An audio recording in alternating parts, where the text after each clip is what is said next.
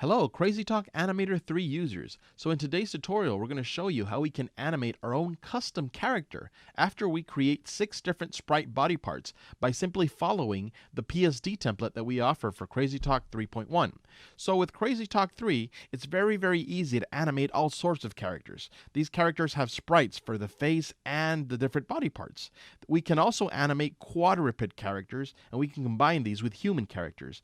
And this is all due to the advantage of having a segmented bone structure, a hierarchy bone structure inside the software, which we will follow. So I'm going to show you today that if you have a character that you create, a character like this one, you could customize your own character on a tool like Photoshop, for example. You can create different body parts, like a head, a torso, limbs, and everything else. In this example here, my character is just one image, just one flat single image. And what I want to do is that previously before this, I created the same character, but I segmented this character with different sprites. There's 6 different parts I have. That is the head. We have the thigh for right leg, the thigh for left. We also have the hip, which is like the torso, the left arm, and the right arm. These are 6 different parts that you can draw separately if you want to create your own character in Photoshop per se. And once you create these, then obviously because there's 6 different parts and they're in layers, you can manipulate them. You just need to make sure that you follow, you use the appropriate pivot points or joints in order for you to extend and rotate each and every sprite layer. So when we want to create all these sprites, we want to follow an order. So for this, what we need to do is obviously we need to have all our 6 parts layered inside Photoshop. We need to make sure that all those pivot points are properly placed. So for this, we do have a guide. And this guide can be found on our website. So here, just to show you, I'm going to drop the opacity to show you that when you create these sprites, try to make sure that the edges, that the ends of these sprites are rounded off. That way, it makes it easy for you to move and rotate, so they don't overlap over each other because they're rounded off at the ends. So what I'm going to do is that I'm going to open the template.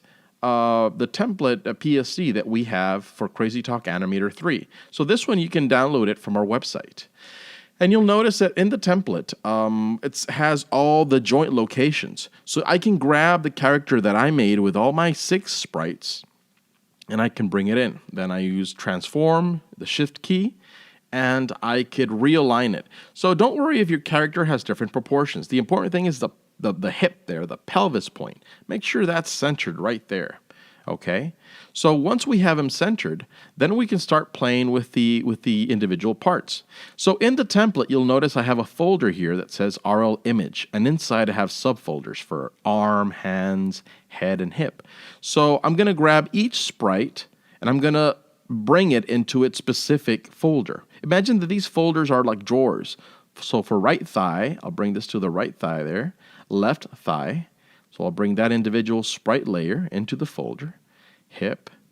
So why is it so important for us to follow these folders? These folders are going to set the hierarchy for all the body parts that Crazy Talk Animator 3 will follow. So it's very important for you to follow this same hierarchy that we have in here. This is the main image that we have in the template. You know, we have an upper point for the head, a lower point. We also have the neck point here. These are all the the pivot points. We have torso, we have hip, and then likewise we have the joints for the arms, the elbow, the wrist, and the end of the hand. So we have these for the right limb and also for the left. And then likewise, for the legs, we have up where the legs meet the pelvis, the knee, and then at the bottom, you'll notice at the ankle, we have 2 pivot points. Now, this is very practical because if you have a character with very large feet, with like a dinosaur, or you need to extend that foot, then this double ankle at the bottom will be very handy. At this moment, I'll just use these 2 and leave them in the same position. The next one is the toe here and the end of the toe, okay? So we're going to use all these pivot points And we're going to make sure that our character follows that same structure. So for the picture here, the initial picture, we don't need that. So I'm going to delete that just to clear it up. And now we can see the character that we want. Notice also that we have the face. We have all those pivot points for the face, all those points up there. So what we're going to do is that we're going to get rid of those too. I'm going to go into talking head, and all those points there, I'm going to hide them, okay? Just because I hide them, it doesn't mean that I've deleted them. I'm just not going to use them at this point. So I'm going to focus on these pivot points that I have, these joints, to the top of the head, the bottom of the head where it meets the neck, then the bottom of the neck. Remember, this is where the head is going to rotate. I'm going to align the torso and the pelvis at the bottom, and then the arm, the elbow here, the wrist, and the end of the hand. And I'll do the same for the other side, for the right arm. The shoulder, the elbow, the wrist, and the end of the hand. All right, so what about that pelvis here? So in order to better see this, again, I can drop the opacity so I can see that rounded area of my upper leg. So I'm going to go into opacity here and drop it for the torso. And that way I can see that pivot point. So you want to put that joint right at the radius of that semicircle. Let me adjust the pelvis, and I think we're good. Bring the opacity up. And let's fix these legs. First one here is for the knee, for the left shank point and the other knee. And for the bottom one, just select all of them and bring it up. So this crosshair, we have the red line is going to be the guide for the floor, and then the blue line, you want it to cut vertically through the character. Make sure that this is placed properly, because you don't want your character hovering once you bring it into Crazy Talk Animator 3. So for the ankle points, as I mentioned, we have two. Don't worry, you can bring them both up. Just try to align them to the ankle of your character. Again, since your characters are going to be special and they have different proportions, then you can align them with these joints.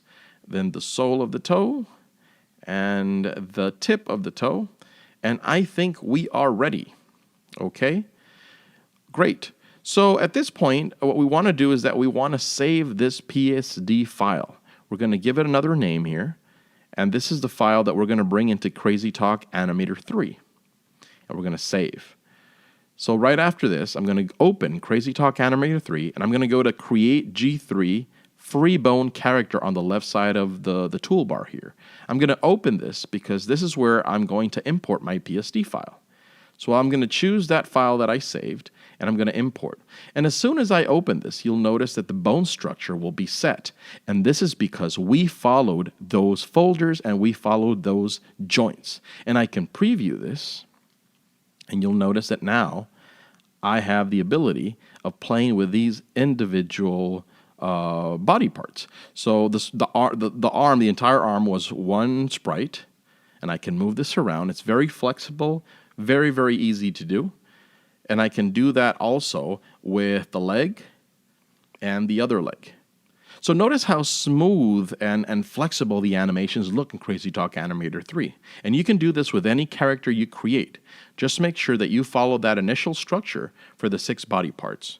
So in the next tutorial, what we're going to do is that I'm going to show you how to create a standard G3 character, but with 10 parts. That way you can add hand gestures, and you can add different hand items and also items for the feet. So you can have different shoes and whatnot. So stick around for the next tutorial, and we're going to cover that just in a bit. Thank you.